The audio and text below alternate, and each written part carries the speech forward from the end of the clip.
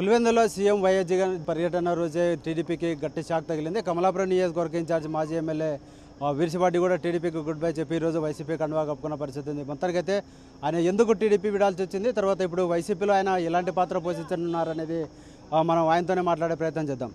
Sir చెప్పండి, ఎందుకు TDP విడాలి?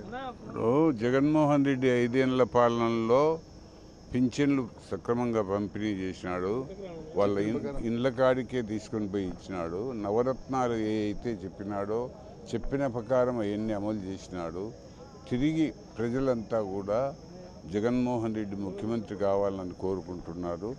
కాబట్టి నేను కూడా ఆయన జగన్మోహన్ రెడ్డి గారి వైఎస్ఆర్ పార్టీలో చేరడం జరిగింది. కడప జిల్లాలో 10కి 10 సీట్లు గెలిచి వైఎస్ఆర్ పార్టీ మళ్ళా విజయకేత్రం ఎగరేస్తుంది. సార్, పొత్తులో భాగంగా 3 పార్టీలు వస్తున్నాయి కదా, ఇది ఎంతవరకు ప్రభావం చూపుతుంది? పార్టీలు ఏకమైతేనేముండదు, ఎన్ని పార్టీలు ఏకమైనా వచ్చిన ఇబ్బంది ఏం లేదు. ఖచ్చితంగా జగన్మోహన్ రెడ్డి గారు మళ్ళా విజయకేత్రం. మీ పాత్ర ఎలా ఉండబోతుంది?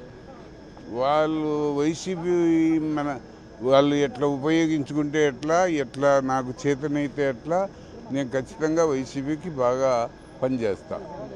మొత్తానికైతే ఈ ఎన్నికల్లో టీడీపీ కూడా మేము 10కి 10 స్థానాలు గెలుస్తామని, మేము కూడా కడప జిల్లాలో గెలుస్తామంటాం. 10కి 10 వాళ్ళ ముఖాలు ఎప్పుడు గెలిచినారు? ఎప్పుడన్నా గెలిచింటే ఇప్పుడు కూడా మనం నమ్మొచ్చు.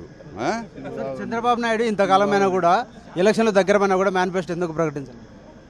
అవి లోతు విషయాలు మనకెందుకు, అంత దూరం వద్దు. కానీ చంద్రబాబు నాయుడు వల్ల ఈ రాష్ట్రానికి ఏం ప్రయోజనం లేదు. ఇచ్చిన 5 ఏళ్లుగా అమలు చేసిన సంక్షేమ పథకాలు, తర్వాత చేసిన అభివృద్ధిని చూసే తాను వైసీపీలో చేరాను. తర్వాత చంద్రబాబు నాయుడు కూడా అధికారంలోకి గెలిచేది లేదు, చేసేది లేదు, ఆయన వల్ల ఎలాంటి ప్రయోజనం లేదు. తర్వాత ఆ జిల్లాలోనూ 10కి 10 స్థానాలు కూడా ఈసారి వైసీపీ గెలుపొందడం ఖాయమని చెప్పేసి కూడా వీర్సిపాటి అయితే చెప్తున్నారు. కెమెరామెన్ రాముతో నాగరాజు, సాక్షి న్యూస్, పులివెందుల నుంచి.